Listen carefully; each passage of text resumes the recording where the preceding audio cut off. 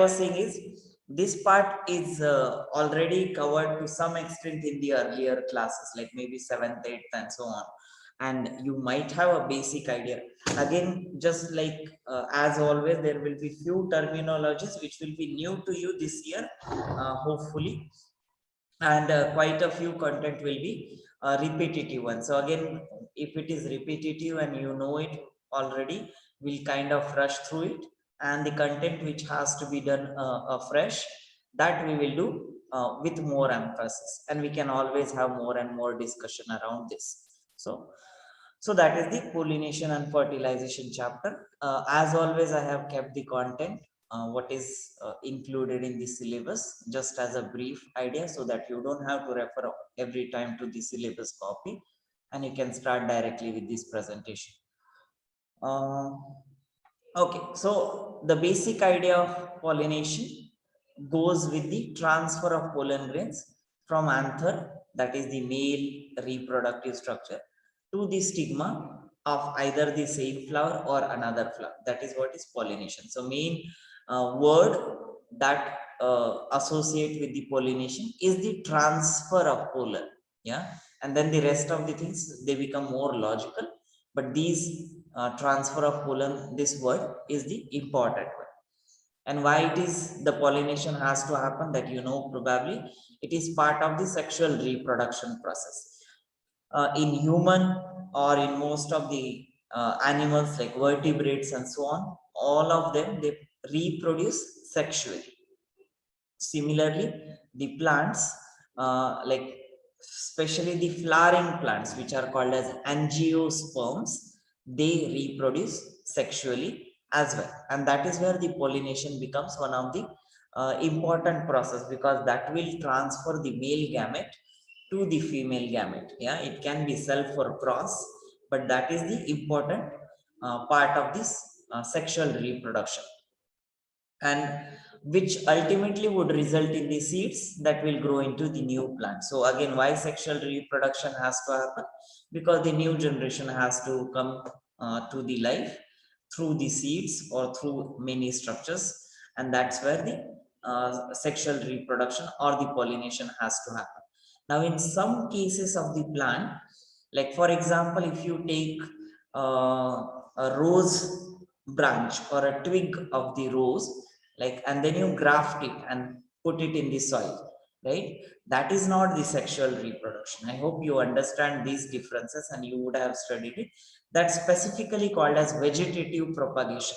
That means through some of the structures of the plant, like let's say a leaf or a branch or a root, that can grow into the whole plant as such without any sexual reproduction being involved.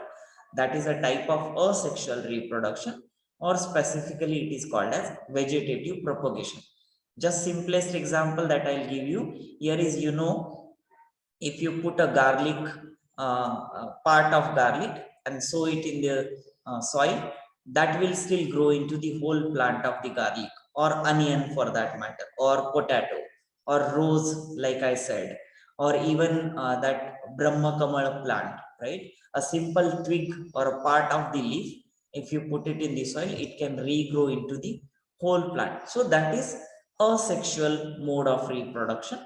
And what we are talking about, pollination and sexual reproduction, they always involve the male and female gametes here. Now, we have already studied different parts of the flowers and their arrangement and so on, right?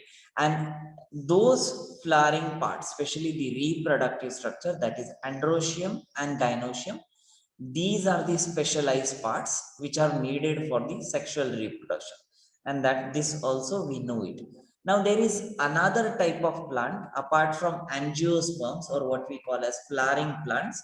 There is something called as gymnosperms. I'm not sure if you know this terminology. Do you? Anyone? Also. No. So then let me just quickly show you gymnosperms. So these are the plants which are like conifer. I'm sure this is something you would have seen very commonly. what is it? Yeah. Oh, like pine cones and Yeah, apple and stuff like. these kind, and even this one, cycads and stuff. Oh, this one is very common, sir. Oh, So this one in school also. these are non-flowering plants, right? They don't produce any flower or fruits as such. They do have certain mechanism of sexual reproduction, but they use these cones kind of structure, like even this kind of structure. Hello. Who is this? Hello? Sure. Akshat? Sorry, sir. It showed me that your microphone is not working, so I tested computer audio. I did not know I was unmute. Okay. So these are the gymnospermic plants. Yeah, they do not produce flowers, but they do produce certain reproductive structure. They are called as male cones and female cones. So these are like cone-like structures. Yeah. Again, we need not go into detail, but I just wanted to show you what are we talking about. So these are the gymnosperms that is being referring here. So in gymnosperms also the pollination involves the pollen transfer from male cone to the female cone. And upon the transfer, same like the angiospermic plant, the pollens will germinate into a pollen tube and then the male gamete and it will fertilize the. So this process we will see in the fertilization. Yes. Sir, honestly, I've never seen a pollen or something in a cone. Where These are not like how you would assume like a pollen grains. So if I again show you that, let's say pollen grains of gymnosperm. Where would you see it? See, so these is this also transmitted by air or something? yeah, air or sometimes even with the insects, which is rare, but majorly with the wind. I'm not sure which diagram would be better to show. Yeah, actually, this is a representation. Now you can imagine this is like a cone, and then these individual pollens, they are embedded. It's something like flower only, right? These cones are similar in structure. They are not like flower, but similar in structure, where they will have these pollen grains inside them. So inside those cones that you know of, they will have this different. Okay, I can't really show you here. Maybe I'll find a picture and post it later. Sir, so Sir. aren't these cones like those? Sorry? Aren't these cones like the flowers then? No, these are not the flowers. Like the flowers. Yeah. Because flowers, they have very specific petals, sepals, calyx, the androecium and gynoecium, those parts.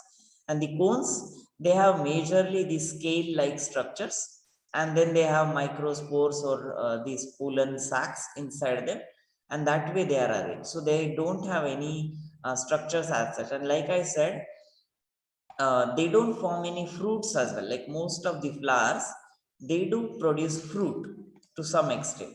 Sir, Yeah. are these pollens found inside the pine cone, like cone? Yeah. Okay. So that is what is being said here. This gymnosperm pollination involves the pollen transfer from male cone to the female cone. And this ultimately refers to the male reproductive structure to female reproductive structure. Like in case of flowering plant, this would be called as anther or stamen. And in case of female angiospermic plant, it is called as, we call it like style stigma and ovary. That is the gynoecium. Pistil. Is structure. Sir, sorry to interrupt, but when will we get our biology papers? Who is this? Arman. Arman, we already discussed that. I wasn't there on Thursday. And then I said I will do it by this week. Okay, thank you, sir. Okay, so that is the pollination as a brief introduction with respect to the gymnosperms as well. Now, of course, this information I'm sure you must have studied. The pollination, one of the most important component is the pollen, which is coming from the anthers of the stamen, which is the male reproductive part. And usually it is a powdery material because it can fly away easily, either with the wind or with the insects. And those particles, they are specifically called as pollen grains. So this we already know. Now, there are different ways in which the pollination can happen. Again, there is quite a brief description in the second point. I will skip that. So, if the pollen of the same flower, okay, the same is coming double here. So, if the pollen of the same flower is falling on the stigma of the same flower, that is called as autogamy, right? Auto means here the self, right? And without any involvement of any other external pollinating agent as such. When the pollen grain, they will fall on the stigma of the same flower, that will be called as autogamy, right? Then the second mechanism by which this pollination can happen is the pollen grain of one flower on the same plant will fall onto the stigma of another flower, but on the same plant. So let's say you have only one tree. I guess this diagram will explain as well. So self-pollination, autogamy and geitonogamy. So let's say this is the flower, this one, and the anthers, they will fall on through the stigma of the same flower. That will be called as autogamy. And if the anther from some flower will fall onto the stigma of the other flower, but on the same plant, and that is called as geitonogamy. So that is But can the you repeat what geitonogamy is? geitonogamy is when the pollen grain from one flower, they fall onto the stigma of the another flower, but on the same plant. Yeah, that is Another flower, but same plant. Same plants. Yeah, correct. So, here it is explained. Same flower, anther and stigma. If there is pollination, that is autogamy. This flower, let's say, or any other flower, like making the anthers fall on this another flower, but it's on the same plant A, then it is called as geitonogamy. Yeah. What's the difference between geitonomy and self-pollination? Self Both are self-pollination. types, autogamy and geitonogamy. Did you get what I said? Self-pollination is of two types. Yeah, I don't understand the difference between autogamy and geitonogamy. It's like same plant. In one case, that is the autogamy, there is the involvement of the same only one flower. There is no second flower here, right? So the anther and the stamen, anther from the stamen of the same flower will fall onto the stigma of the same flower. And geitonogamy, it's a different flower. So there are two flowers which are involved.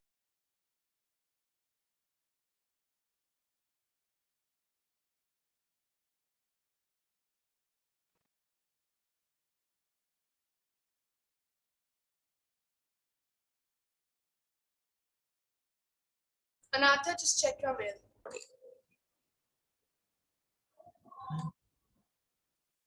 Perfect. Yeah, so we were talking of the self-pollination, that is the autogamy and geitonogamy. So I hope the difference between these two is clear. We will see this a little more later, what is self-pollination and cross-pollination that way, so that there you might get more clarity. So, and the third one, so we are talking of the pollination that can happen in three different ways. So same flower, that is the anther and stigma of the same flower, then anther of one flower, stigma of another flower, but the same plant. And third case, that is the totally a different plant, but of the same species, right? So the pollen of the flower, pollen from the flower of another plant of the same species will fall onto the stigma of the same species but different plant altogether, and that is called as allogamy. Yeah, and this transfer can happen, especially in the third case. It can happen through wind, insects, or other agents, which we call as pollinating agent, and that is a type of cross pollination.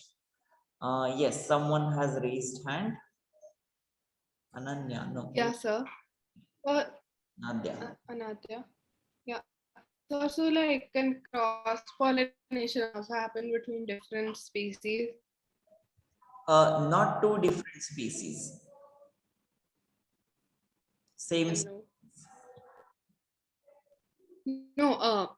Can it also happen between different species? It can happen, but the one of the major factor there is what we call as compatibility of the pollen grains with the stigma of the another flower. So usually nature has designed its course. It's something like, what we have antigen antibody reaction, right? Rarely we will have one particular antibody which is like, kind of cross reactivity, showing cross reactivity, some random antigen, or so that way, even the pollen grains, they have certain like antigens on it, and stigma, they have certain receptors on it, and they have to match first. Then and then only the further process of fertilization happens, and even the germination of the pollen grain, and then the further maturation of the pollen grain, then it will go and fertilize. So like after the recognition of each other, that okay, we are of the same breed or same species or same variety, then only these things happen. If that particular pollen grain is not recognized at all, then the fertilization does not happen. So in rare of the cases, yes, it is possible, but it is still a very uncommon thing. Yeah. Another, is that clear? Yeah, sir. Okay. Yeah, these are the three types. Now, again, if you have to define simply the pollination, you can write this definition. So that is the process of transfer of pollen grains from anther to stigma. That is a very simplistic definition. So it is a process of transfer of pollen grains from anther to stigma. And like the same point is being highlighted here, pollination must occur between the plants of the same species, which is just now we discussed after another's question. So it like 99.99% it happens in the same species. There is a chance that it can happen with the other species, but then there are conditions with it, like that recognition of the pollen grain should happen.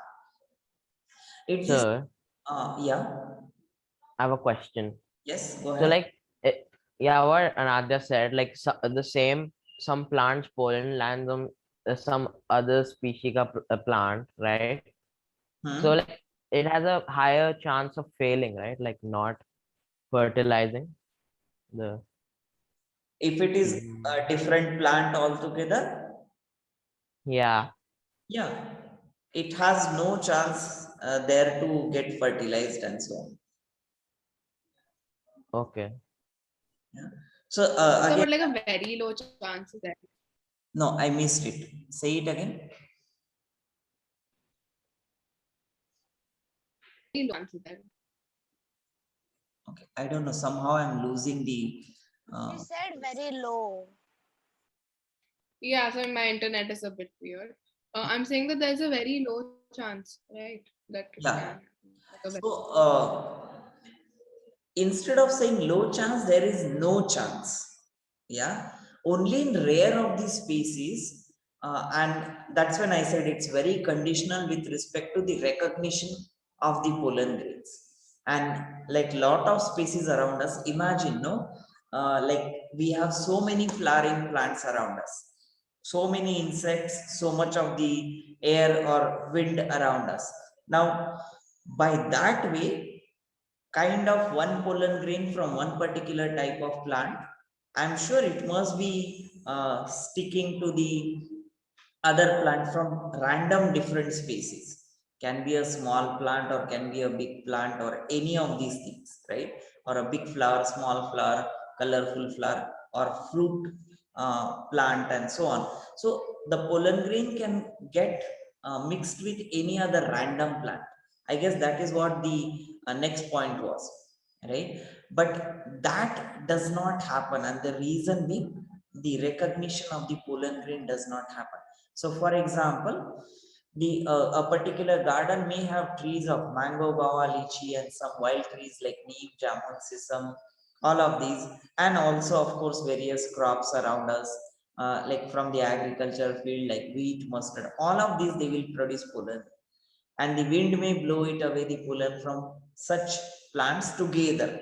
That means all pollens can be mixed, and the flowers of the plant may receive all kinds of pollen, that is including of its own kind as well as all the other plant, right? And similarly insects can also take away all the pollen grains from like the same kind of plant or from the different kind of plant, and that way they do not even discriminate between the plants. So they will just carry, because the pollen grain they just stick to the bodies of these insect, bees or butterflies, and they will get carried out. But this way the pollen grains will go. That does not assure that the pollination will happen, that is just the transfer, but then that does not assure the fertilization will also happen. Yeah, so pollination may or may not happen, right, depending on how many trees are present in the surrounding, what kind of trees are present in the surrounding, but that does not guarantee the fertilization.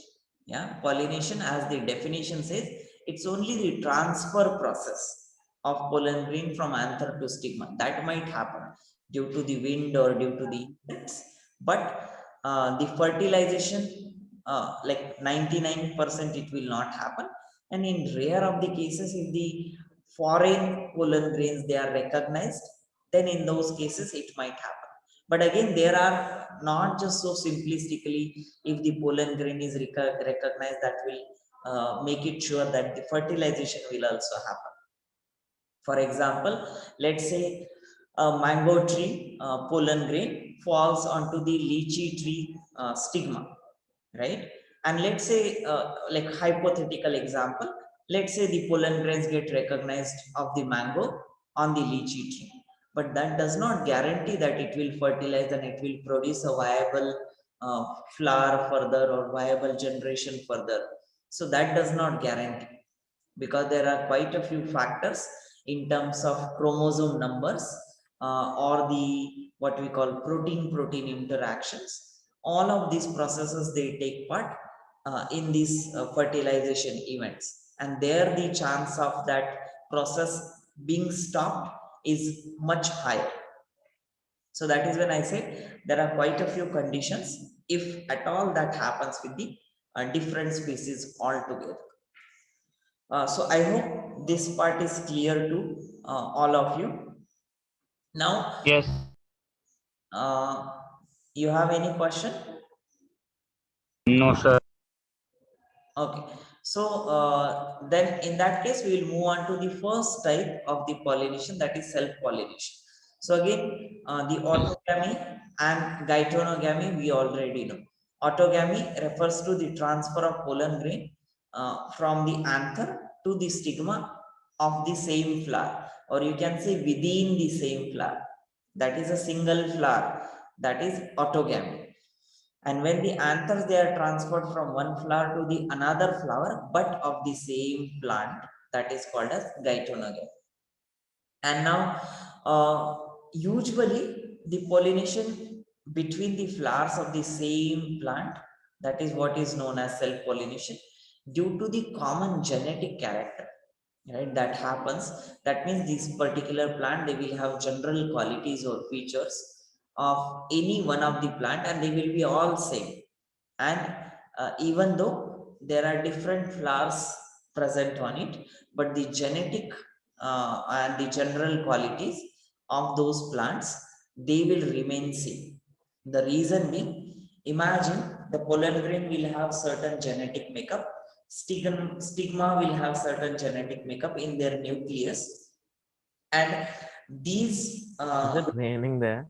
Probably. Okay, he's back. oh,